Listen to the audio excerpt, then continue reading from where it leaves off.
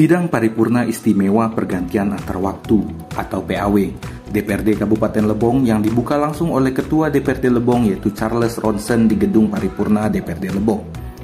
Adapun PAW yang dilaksanakan berdasarkan keputusan Gubernur Bengkulu menggantikan Poppy Ansah yang meninggal dunia, digantikan oleh Erlan Fajar Jaya dari fraksi PKB.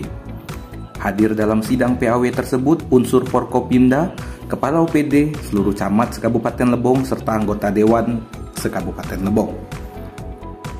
Disampaikan Ketua DPRD Lebong dalam pidato pembuka rapat bahwa berdasarkan Undang-Undang Nomor 23 Tahun 2014 tentang Pemerintahan Daerah, Pasal 193 Ayat 1 disebutkan bahwa anggota DPRD Kabupaten atau Kota berhenti antar waktu karena 1. Meninggal dunia, 2. Mengundurkan diri, 3. Diberhentikan.